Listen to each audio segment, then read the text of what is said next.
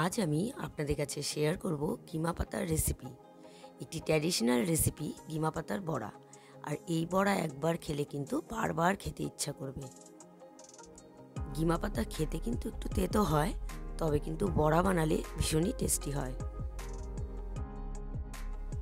ভিডিওটি সম্পূর্ণ দেখুন ও চ্যানেলটি সাবস্ক্রাইব করে বেল আইকনটি প্রেস করুন, যাতে প্রতিটি ভিডিওর নোটিফিকেশন সবার প্রথমে আপনার কাছে যায়।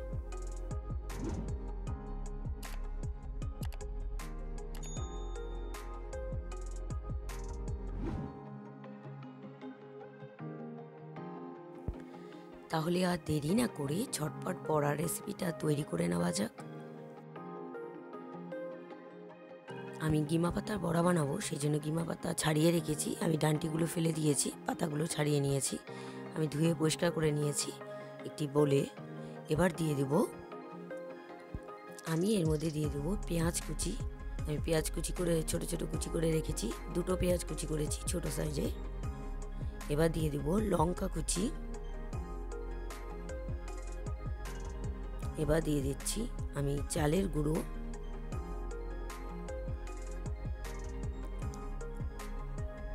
চালের গুঁড়ো 3 চামচের মতো দিয়ে দিলাম এখানে।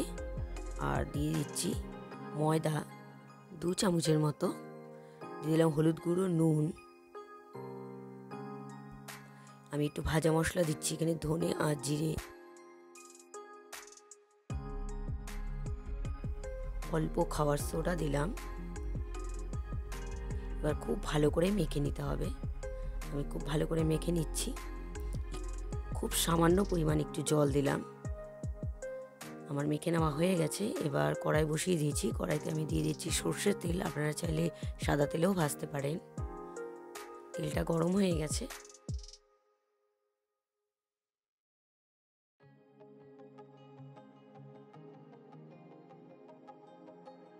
তেলটা গরম হয়ে গেছে, আমি এক একে বড়া ভেজে নিচ্ছি।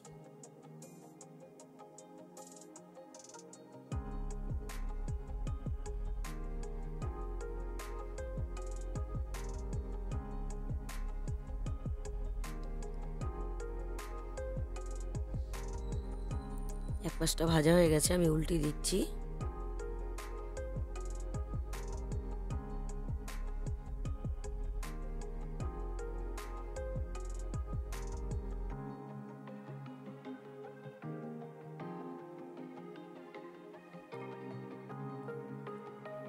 আমার বড়াগুলো ভেজে নেওয়া হয়ে গেছে, আমি নামিয়ে নিচ্ছি।